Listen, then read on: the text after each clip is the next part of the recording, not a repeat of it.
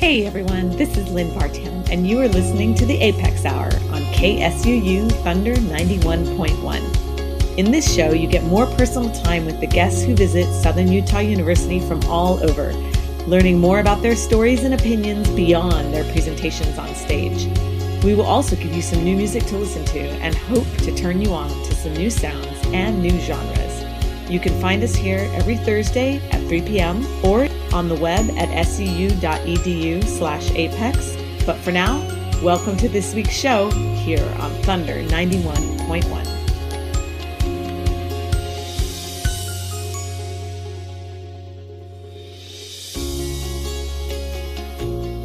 Okay, well, welcome in, everyone. It's Thursday. It's the Apex Hour, and welcome back to our listeners. I'm so happy to be here. This week, we have been having such a great time with our guests. And just to tell you a little bit about how he came to be on campus, this is the first of an annual collaboration that we've started. You know, we have this incredible Southern Utah Museum of Art here in Cedar City, and we have a great organization, it's called the Tanner Center. And it's an institute that can also collaborate to host guests and has a series that has a theme each year and each semester that they feature. And so we all kind of put our heads together and dreamed up this idea of an annual artist in residence program.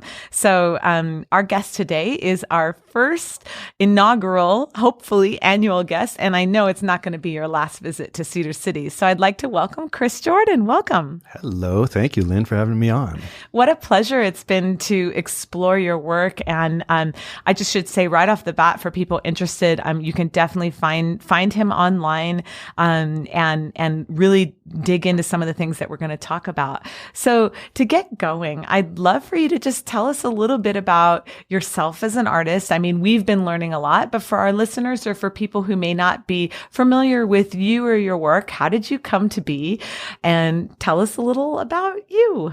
Well, I'm a photographer, and for maybe 20 years now, I've been looking into the issue of mass consumption. Right. So I'm the guy who takes photographs of giant piles of garbage. Yeah. So where did that start? I mean, I know we've talked a little bit about how Albatross, which I'm excited to talk about, came to be, but I mean, were you the little kid that was looking into this kind of thing? I mean, were you always, did you have any idea that this would become your focus? Is there any inkling in the childhood years? If you had shown me a crystal ball when I was young and said, you're going to be a guy who takes pictures of dead birds on a remote island in the Pacific whose bodies are filled with plastic, yeah, I would have been aghast. Right. And I would have said, no, your crystal ball is broken. But it's actually been a really amazing journey. I've been interested in photography for a very long time, right? Ever since I was a kid. And so I've been photographing, I don't know how many hundreds of thousands of photographs I took before I found my way to doing something that was relevant, that was connected with the world. And when I first started taking pictures of giant piles of garbage, it wasn't because I was interested in mass consumption or making like a social commentary. It was just because I thought they looked cool. Oh, okay. Now, how did the camera first find its way into your hands? I know sometimes photographers have a certain story of a moment or a camera that was a gift, or what's your beginnings with the camera? Well, my dad was a photographer. Oh. And he was also a photographic collector. Oh. So he had a pretty sophisticated eye for photographic art. And my mom was a watercolor painter. Oh, wow. I didn't realize that. And so my dad's whole interest in photography was all black and white. So he studied all the great masters and he had all their books and kind of taught me all about color and texture and form and the beauty of black and white photography. And my mom, her work is all about color. Yeah. And so she would draw her paintings with a really faint pencil, just draw the outlines of things. And then she would take the watercolor paper and soak it in the bathtub and put it on a table. And when you put a drop of paint onto the wet paper, it would sort of spray out in this really magical way. and she would paint like flowers and stuff. And I remember like she would put a drop of blue paint and then a drop of purple paint next to each other, and they would, like a nebula in the Hubble Space Telescope, they would just blend in this incredibly gorgeous way. So I fell in love with color. And so as a photographer, I've always been a color photographer, kind of trying to plumb the depths of magic in color. And for many years I photographed, and I was just taking photographs of beautiful things. And I couldn't find my relevance. Like I couldn't find a subject that was beautiful, because I just love so much the beauty of the photographic process, and that carried some kind of social commentary. And just by happenstance, I started taking pictures of giant piles of garbage and found my way into this issue that has consumed my imagination for almost a couple decades now. Wow. The first moment, or the first pile of garbage, where was that? It was in the port of Seattle. That's where I lived at the time. And this was back before 9/11. And so the port was open, and all the gates of all the industrial yards are open, and you could just walk in there. Yeah. And it's such a bizarre place. I mean, there's massive piles of shipping containers and train cars all lined up by the thousands, and giant piles of broken glass and crushed cars, and just like this kind of awesome infrastructure of our mass consumption. And it's simultaneously visually fascinating to behold. And it's also sort of like getting to go behind the Disneyland ride and see the scary machine that's running it all. It's like the infrastructure of this destructive force in our world. Pulling back the curtain and seeing something very frightening. Yeah, exactly. Wow. And so if somebody wasn't familiar with your work, or if you were describing your work and you weren't you, how would you describe your work to somebody else? Well, they are very large-scale photographs of huge piles of twisted metal, huge piles of cell phones, huge piles of broken glass and crushed cars. And they're all in color. And the color of all those things is actually really fascinating and strangely beautiful. Like a whole pile of old cell phones, there's a million different colors in there. Or a pile of trash. It's all of the on the supermarket aisle, all of the bright colored potato chip bags and Minute Maid orange juice, like they're trying to attract your attention in the supermarket. And so when you throw all that stuff in the garbage, it's like looking at a Monet painting. Right. There's just this fantastic palette of color. And so I really love that juxtaposition of gorgeous, impressionistic, painterly color that it's so beautiful you don't want to look away. And then the actual subject that you're looking at is this horrifying kind of monster of our mass consumption that you can't bear to face. Right. And simultaneously, we're sort of held in a trance facing this thing, and it kind of stops us. And maybe in that moment, a key turns in a lock somewhere inside us. Just going back to the history for a moment, do you think that your parents knew you were going to be an artist, a photographer? Was that writing on the wall from the get-go? Well, I went to law school. Oh, no, I didn't know that. Yeah. Wow. I was afraid to be an artist. Really? It's what I wanted to do more than anything in the world is go to art school. And I was afraid to take the risk of failing. Oh. And so I went to law school. And while I was in law school, my dad sent me a new camera. Huh. And wise man. it makes me feel a lot to remember it. Yeah. It arrived for my birthday in October of the second year of law school. And I took a fall break. I took off 10 days from law school. It was at the University of Texas at Austin. And I drove into this part of the world, into southern Utah, and went to the Escalante. Wow. And spent 10 days. I explored Canyonlands. Yeah. And it was the most magical experience. And there was a kind of awakening for me. Like from then on, I've been a passionate photographer. Wow, this is a bit of full circle then. I had no idea that that Utah connection really held that significance. That's beautiful to hear. Thank you for sharing that. A deeply transformational thing to be in the desert Southwest for the first time and alone with a camera in the fall. It snowed. There was a dusting of snow and just the incredible clear air and that feeling of a billion years. Yes. Being there with those layers layers of rock and it was a magical experience. Well, and for somebody so interested in color, I mean, the Utah color landscape is something that you really can't, I mean, nothing compares. I mean, all of the reds, all of the blues, all of the greens, all of the whites, and that contrast is really, really striking. So, and since then I've come back almost every fall for I don't know how many years and explored the state parks and the national parks and great. Done some cross country hiking in BLM land and did some rafting and just really, really love this part of the world. Oh, that's great. And it's a great lesson, about fear that you mentioned. I mean, being a little bit afraid of pursuing your passion or pursuing something that at some level on a very deep in a very deep level you knew you wanted, and that's a great message to our students. That's a great message really to anybody, to embracing that trueness to oneself. So thank you for that lesson also. Yeah, the only regret that I have is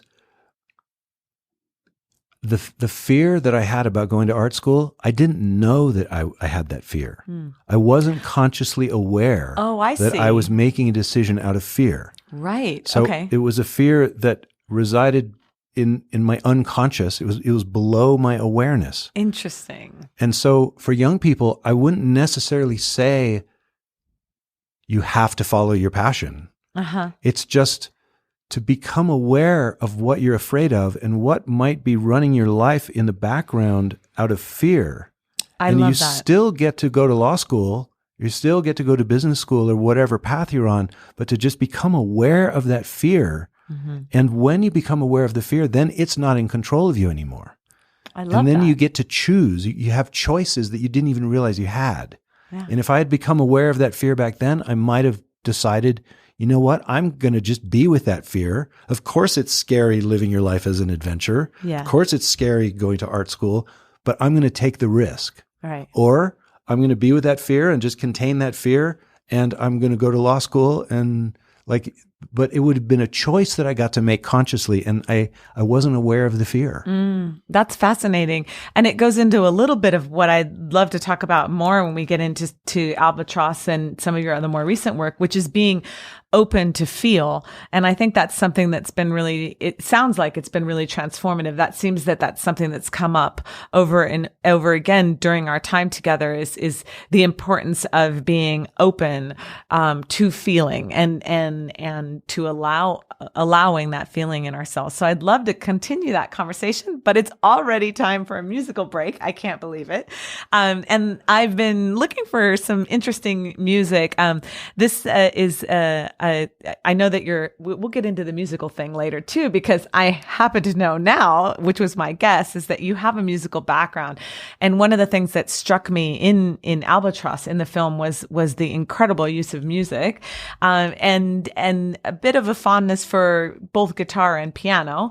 So I have a guitarist for you to listen to. This is Fabiana Striffler, and the piece is called Despertando de Otro Sueño. So waking from a dream, if you will. And we'll get started on that. This is KSUU Thunder 91.1.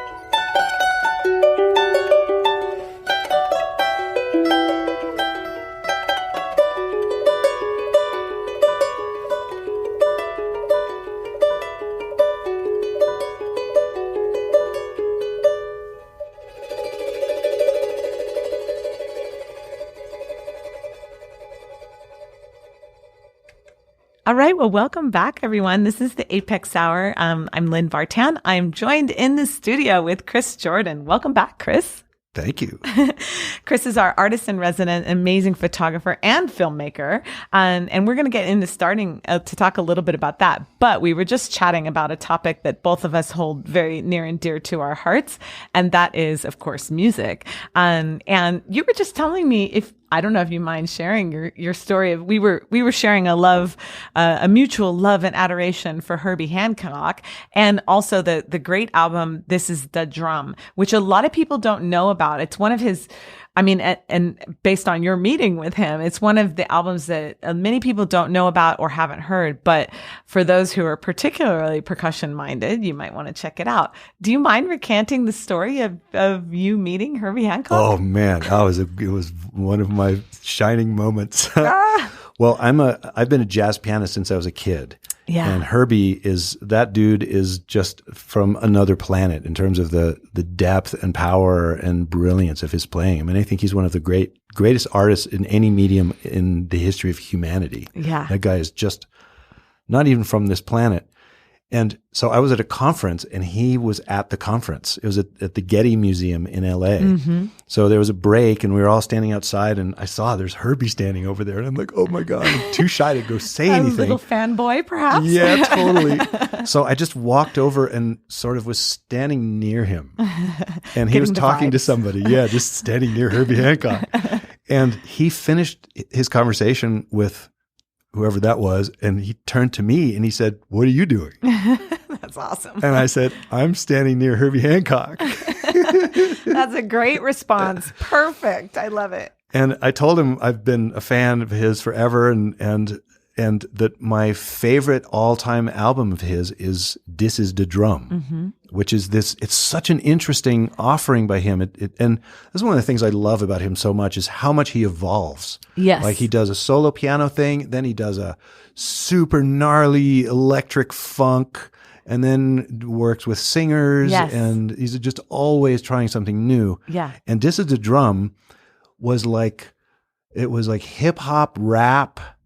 And just the fattest, unbelievably fattest possible grooves imaginable. Yes. With that Herbie Hancock sophistication of harmony and there's something that he's tapping into in that album that is so primal. Yes. It's like when I listen to those songs, I see African masks going by and like hieroglyphs. Yes. And he's just tapping into some really deep kind of primeval archetype or something that I just cannot get enough of. I've had that album. It's at the top of my playlist. I listened to it for 6 months on repeat one time. No in my way. Studio. Yeah. Well, it's a very unusual album. Experimental, I think, is a good way to describe it. I mean, in terms of especially what you typically think of Herbie Hancock. And I think that it got a little bit of a backlash because people were a little shocked by it. But he told you it was one of his favorites, I think. Is that what he said? I told Herbie that's my favorite of his. And he said, "Yeah, I think that's my favorite work of mine as well." It's like, oh, wow. I know. It's really great. I mean, if you haven't had a chance to listen to it and want to open your ears, and while we're in sort of the theme of openness, definitely check out Herbie Hancock. This is Da Drum. It's really very, very cool. Well, I'd love to continue the discussion of music and particularly of your use in music in your film Albatross, which I believe is 2017. Is that the correct date for the film? Actually, it was released last year, in 2018. 2018. Yeah. Okay, great. Would you give us first a little bit of an I mean, there's so much to talk about in it. And some of us were so fortunate to be able to see it at a screening here on campus. But I also know that it's possible for other people to see it as well. But before we get into some of the use of music and some of the interesting techniques in filming and the midway and all of these things, can you tell us, for anybody who may not know, just a little bit of an overview about what that film is about? Albatross is a film about birds on a remote island in the Pacific Ocean whose bodies are filled with plastic. Right. And it started as a kind of horror story, a documentary film about an environmental tragedy. And when I met the live birds, when I went to the island and was actually there with these huge, magnificent creatures that are the albatrosses. There are 1 million albatrosses that live on this island. I fell in love with them. Yeah. And they've been on that island for 4 million years and they've never had a predator. Right. And so they have no fear of humans. And they're as big as eagles. Like they're these huge, magnificent, spiritual, sentient beings. Yeah. And imagine being able to walk out into a field of 900,000 eagles. And as you walk among them, they don't run away and fly away. And if you sit on the ground, they actually come toward us until pretty soon you're surrounded by a bunch of them that are just like, they'll come all the way up and their face is inches away from yours, just curiously looking like, what are you? Yeah. The most amazing experience. And so my film sort of walks the line between experiencing the horror of the tragedy that they're ingesting plastic and they're dying by the tens of thousands as a kind of reflection on our culture, and the beauty and magnificence and grace and elegance of these amazing creatures. And so it kind of turned into a sad, beautiful love story. Yeah. And it's available for free. We put it on our website for free. So anyone who wants to watch it, you can just go to the website, albatrosthefilm.com, and you can download it and own it or stream it for free. So anyone who hasn't seen it or heard of it, you're invited to do that. And I hope you love it. It's a transformative. I mean, to see it is quite transformative. I mean, it had a lot, and it has a lasting impression on me, and I know on everybody who was there. The choice to make it available for free. I mean, can you talk? I mean, that is just so rare. It's not something that you hear. I mean, I know you've referred to it as a gift. In a way, and as the albatross as your teacher in a way also. And can you tell me a little bit about that decision to put it out there so freely? Well, there were a few factors. One of them was it felt to me like well, first of all, I spent 8 years going to the island, going back and forth to the island and filming, and then 4 years making the film. Mm-hmm. And that entire process was a life-changing thing for me. It felt like a gift that came to me from wherever. Yeah. And I wanted that experience, just the spiritual experience of being with those creatures, to pass through me in the cleanest and most transparent way possible. And to add the commercial element to make people pay just didn't feel right. Mm-hmm. And it's also like, it feels to me like this is the time for each one of us to do something radical. and by radical, I don't mean violence in the streets type of radical. It's just the word radical comes from the Greek word for roots, like getting back to our roots. Like, what can I do that's more than just bringing canvas bags to the supermarket? I love that. Like we know we have to go further than that. It's not enough to just say, when I go to a bar and order martini, I'm not using a plastic straw. Right. Like we're all called to something deeper right now. And so one thing that I decided I could do is give away as a gift economy offering, as a gift to the world, as a gesture of trust to the world, the film that I just worked for 8 years on, and it carries with it a particular kind of energy that way. Right. That was, to me, consistent with the experience of being with the birds on the island. Beautiful. Well, thank you for sharing the gift to you as a gift to the world. That's really incredible. Rhythm is something that we just got off of talking about, but I'd like to come back to. And I know that in the intro to the film, you talked a lot about how the rhythm of the film itself is quite unusual, and that actually you were advised not to take the pacing or the rhythm of the tune, if you will, or the tempo of the tune, if you will, at the pace that you did. Can you talk about that a little bit, and then we'll get into more of the musical choices? Yeah, well, I didn't go to film school, and I still really don't think of myself as a filmmaker.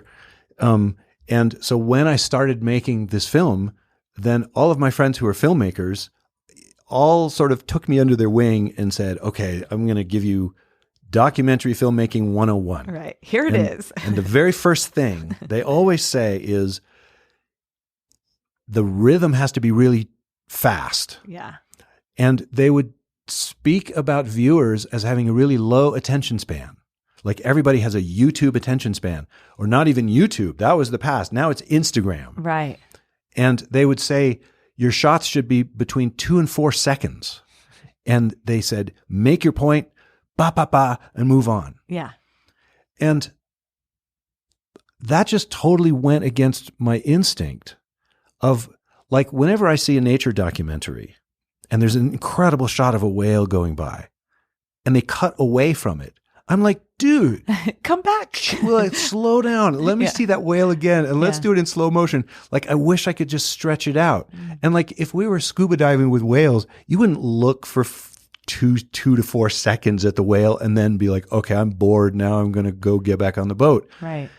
And it's the same thing. If you could come with me to Midway Island and we could go to where a baby albatross is hatching from its egg and literally put our faces so close to the nest that our nose is touching the edge of the nest, and there's a baby bird hatching from its egg, you wouldn't want to speed up. You wouldn't be impatient to get somewhere else.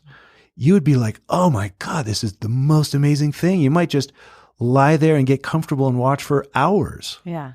And so that's how I made my film. It's intentionally really slow. Mm-hmm. And there's some long shots where you just see a bird flying for the longest time. But the more you look, then you start to notice the way its feathers are moving in this really graceful, beautiful way, and the way its wings sort of undulate like a wave as it flies. And so the more you look, the more you see. Right. That's exactly the experience. I mean, that's certainly, you absolutely get that across. I mean, watching the baby hatch I just wanted more. I mean, I wanted to watch every single moment and not miss a thing, and definitely would have sat there for hours, So that rhythm and that choice then begs the question from me about your musical choices in the film, because the music is amazing. And some of it I think is performed by you, if I read the credits right. And can you tell us a little bit about that process?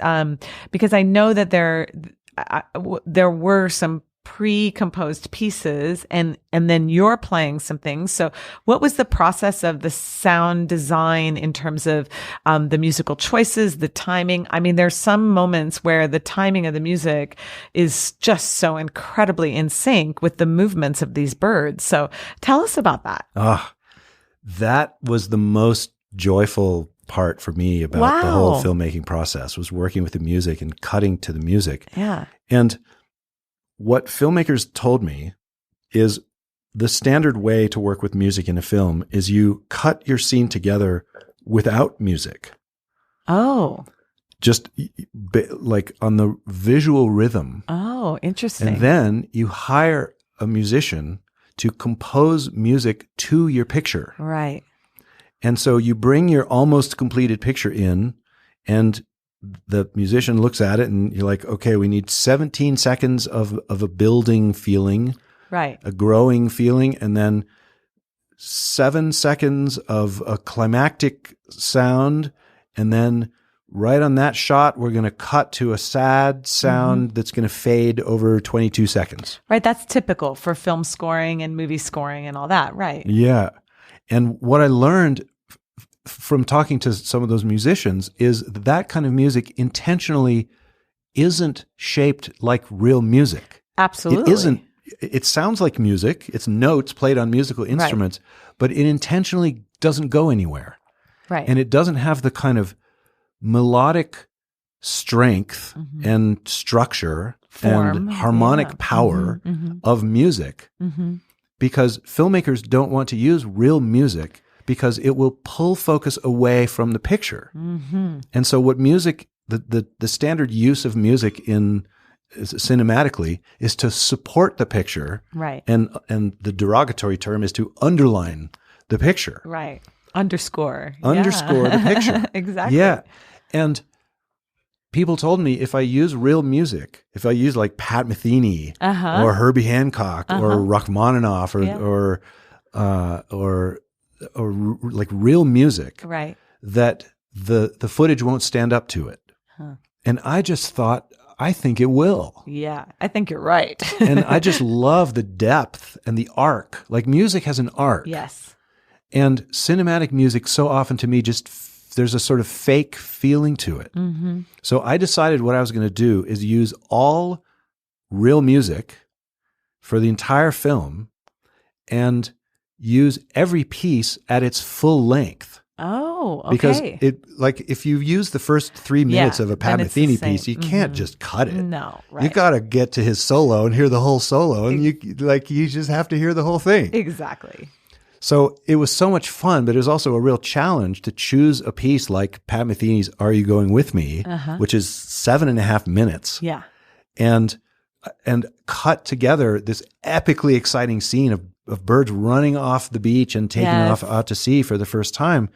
And I had to use the full piece of music. So it's like cutting together a music video. Yeah. Okay. And so that's kind of what Albatross is. One way that I think of it, it's like 22 music videos all strung together into a film. Oh, nice. I love hearing that. That's really cool. Now, are these songs that you've always wanted to use, or how did the choosing of those come to be? I mean, are they favorites that you've had forever that you knew you wanted to use, or a combination, or you sort of had an idea like, oh, this sounds like flying, or this sounds like water? How did the choosing of the pieces happen? Well, that part was really funny. Something like 8 of the pieces are in my top 10 all-time favorite tripping mix. Oh, really? So it's a whole bunch of my own favorite music that just happened to fit perfectly in my film. That's fantastic. And true to self too, which is amazing. I guess. I think so. If they're your favorites, that's cool. And how amazing that they work so well. That's cool. And it's amazing how much difference it makes to try a different piece of music over the same footage. Oh, right. Like there's this one scene where the birds wait through the night. There's one sitting on the nest and it waits through the night. And I have all of this kind of trippy, there's some time lapses, the moon with the clouds rushing by and the stars turning. And I wanted just an echoey, magical, spiritual piece of music. And I had a piece of guitar music in there, and the scene was almost working. And then I dropped Nusrat Fateh Ali Khan. Oh, yeah. And his voice, just that sacredness in his voice was just like, oh my God, instantly I knew that was the right one. That's perfect. And I think you use your voice in it a little bit as well. Is that right? Yeah, I practice a form of Tibetan throat singing that was in there at one point. That's amazing. Well, thank you for sharing all that. Now it's time for a little bit of music here. This is a recommendation from a friend of mine. So shout out to Sylvia if you're listening. I'm totally playing it on the show. She just turned me on to Juana Molina. And the song that we're going to hear is Paraguaya. And this is the Apex Hour, KSCU Thunder 91.1.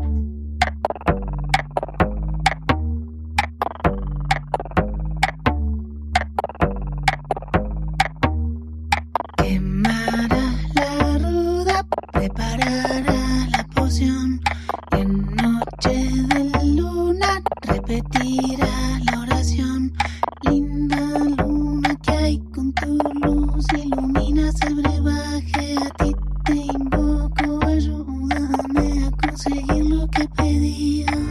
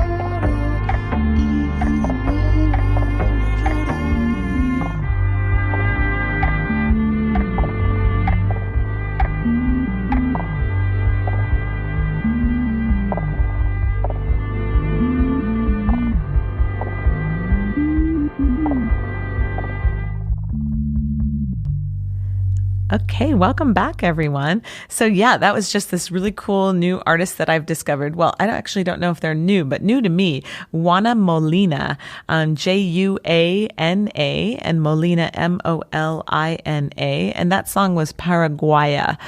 So yeah, check it out. Really cool. Welcome back, Chris Jordan. Thank you. It's good to be back again. We were talking about your film Albatross, and I wanted to get into a couple of the key themes in it. To start, maybe, well, neither are easy topics, but perhaps maybe, I know it's a question that you get asked all the time, because the film has such a powerful message about the damages of mass consumption, particularly of plastic. And I just can't iterate to our audience enough about how powerful it is and what a profound effect it has on the audience and continues to have on you. I saw, I mean, now, even after the 8 years that you spent with this film, it still holds quite and gains quite an emotional impact from you when you talk about it. And so the question immediately becomes, I mean, many of us are becoming more conscious about straws and about plastic silverware and these kinds of things. But I know you get asked all the time, in the context of the work that you've done, what have you done in your life? What changes have you made? Are you completely plastic free? What should we all do? Help us, please. And I know it's a question you get asked all the time. And so I appreciate you entertaining the answer again. Well, it's such interesting territory to kind of wade into. Right. Because if you step back from just one level and have a perspective on this whole conversation, there's a whole paradigm that we're all in that is people talking about solutions, individual solutions to global problems. Yeah. So we look at a massive global problem like climate change, and what are you personally doing? Well, I ride my bike to work. Well, I drive a Prius or whatever thing. And we look at a giant global problem like hundreds of thousands of tons of plastic in the ocean. Mm-hmm. And activists tell us, like, what are you doing? Well, I don't use plastic bags. And I've always sensed this strange disconnect between our individual behavior and the global problem. Right. And the disconnect is that there's an assumption built into that whole conversation that if we each do these tiny little gestures, like not using plastic straws when we go to a bar and order a martini, mm-hmm. that will somehow lead to something bigger that solves the global problem. Right. You hear it all the time. And that's it. It's not happening. Mm-hmm. It doesn't work. It isn't true. Mm-hmm. The global problems are getting worse and worse, faster and faster. And our solutions are not even at 1/100th of the scale of the problems. Right.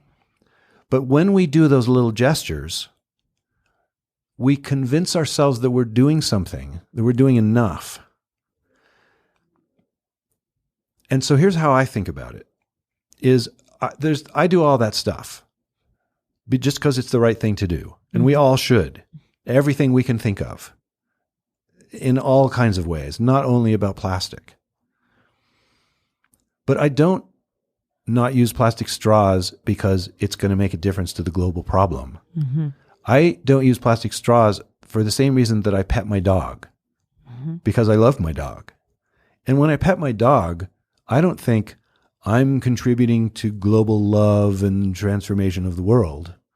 I know that's a private, individual, tiny, local, personal gesture that I'm making. And that's all it is. And if we're going to solve the problems on the scale of the problems, we have to do something more than make lots of individual, personal, tiny, local gestures. Mm-hmm. And we have to get out of this paradigm that we're stuck in, thinking that that's all there is to do. There's so much more to do to solve global climate change than just riding our bike. Right. Because And there's a way you can see that entire conversation around individual solutions as being a kind of defense mechanism. Because we can get focused on something like plastic straws, and everybody's talking about plastic straws and thinking, oh, I'm an environmentalist, and everybody's wagging their fingers at each other about plastic straws as if plastic straws are the problem. Right. What we aren't talking about is the 747s and the massive military spending, and the Jeeps and the BMWs and the motorcycles and the leaf blowers and the new computers and the phones and the airports and the shopping malls and the freeways and the apartment buildings that are being built. Like, that's the problem. Right. The problem is not plastic straws. We could eliminate all plastic straws on Earth, and it really honestly wouldn't make a smidge of a difference to the real problem.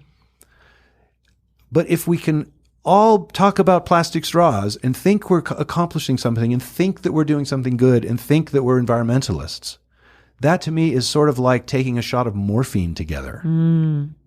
We got to get out of that defense mechanism and look honestly at the scale of the problems and start to think, how can we as a people, we as humanity, address those problems at the scale of the problems? Right. And then what's the role that each one of us has to play, because we're each so small? And I believe that the answer lies in focusing not on those individual problems out there, but on focusing in here, in our mind, in the morphic field of human consciousness. That's where the problem, that's the root, that's the headwaters of all of the biggest problems in the world. Right. Is in human culture. It's in our consciousness. And that's the thing that needs to change and heal before we have the motivation or the energy, the collective energy to look out into the world and make the changes out there that we know need to be made. I love the way that you describe that, because I think it clarifies a little bit, because the information that we get and we hear, and this whole thing about, the individual versus the bigger problem. And I wanted to sort of that's a good segue for me into the next topic, which is, for you, it seemed that you really found some space or some depth or some way to access that level of consciousness through the power of the combined forces of grief and love. And it seems like it, and I mean, maybe you can say if that's true or not, or if that's how it's resonated for you. But that's sort of a little bit of what I've felt from hearing you speak. Is that, would you say that that's the case, or is there something else going on?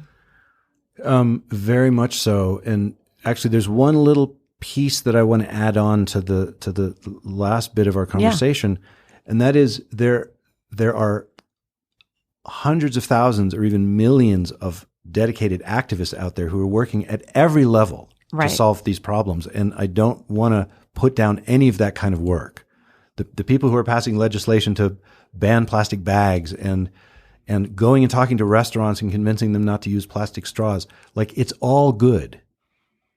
And it's just that it's not enough. And I think you were clear about that, because like you were saying, you do all those things. You make the personal choice to do all the, we all should be doing all these things. But there's a bigger part of the conversation. There's a much bigger part of what's going on that we need to wake up to. Yeah. And that's why I feel like my channel that I'm most interested in is about shifting consciousness.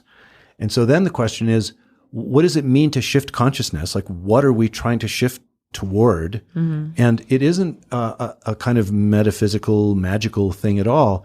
It's simply to remember what we have forgotten. Remember our humanity, like to reconnect with the deepest part of our humanity that we're slowly losing touch with as we get more and more into our head and more even projecting consciousness out of our bodies now into our electronic devices and out into the internet, and starting to talk about AI that's going to rule the world in some kind of crazy way. Yeah. It's like, let's bring our agency and our locus of our consciousness back to where it belongs, which is inside our heart. And remember that we're mammals and that we feel something. To feel our sadness for all that is being lost in the world. And to use sadness, I mean, sadness can be this incredibly powerful doorway back to love. Because when we feel sad for the elephants being killed for their tusks or for birds filled with plastic, the reason we feel that sadness is because we love those things. And so when we feel that sadness, then that's like a doorway home to the love that we all are made of, the love that we all have inside of us for the miracle that we're all a part of, the incomprehensibly beautiful and complex living world that we are all a part of. And I believe that if humanity could remember this together and feel, not only talk about, but really feel our love for each other and for all of life, then it would change our politics.